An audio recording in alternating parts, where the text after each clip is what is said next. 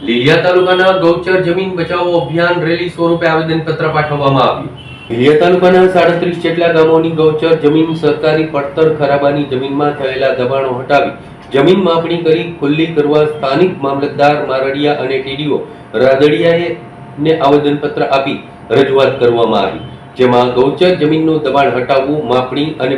જમીન ખુલ્લી કરવી, પશુપાલકોના પશુઓનું વન્ય પ્રાણીઓથી થતું નુકસાનનું વળતર पर्याप्त અને સમયસર આપવું, ગોપાલકો તથા પશુપાલકોને આકસ્મિક સમયે સરકારે પૂરતા વળતર આપવું, ગામડામાં પાલતુ પશુઓનું વન્ય પ્રાણીઓ દ્વારા મારણ અને રંજાડ અટકાવવા, સલામતી માટે જોક લગાવવા, જરૂરી જમીન સરકારના નીતિ નિયમો પ્રમાણે ફાળવવી, તેથી ફરતે રક્ષણ દિવાલ પણ આપવી અને આ તમામ રાજાશાહી સમયે જે ખેડૂતોને વાવે તેની જમીનના કાયદા મુજબ આપવામાં આવેલ જમીન વાવેતર પૂર્ણ થયા બાદ જમીન પડતર જમીનમાં પશુપાલકો અને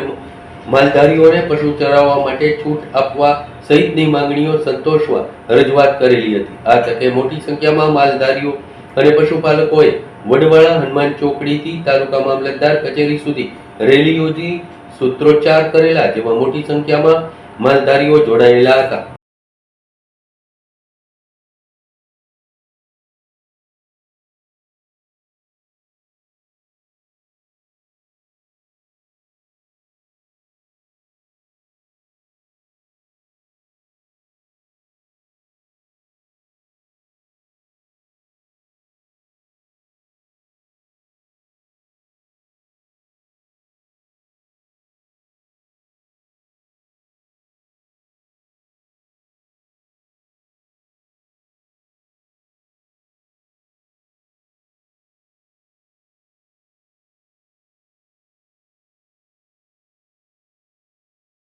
ભાષામાં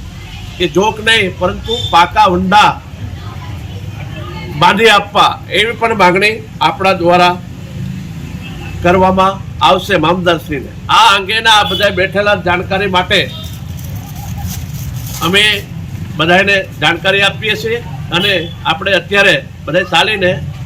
મામલતદાર ઓફિસે જશું। આ આવેદન આપણા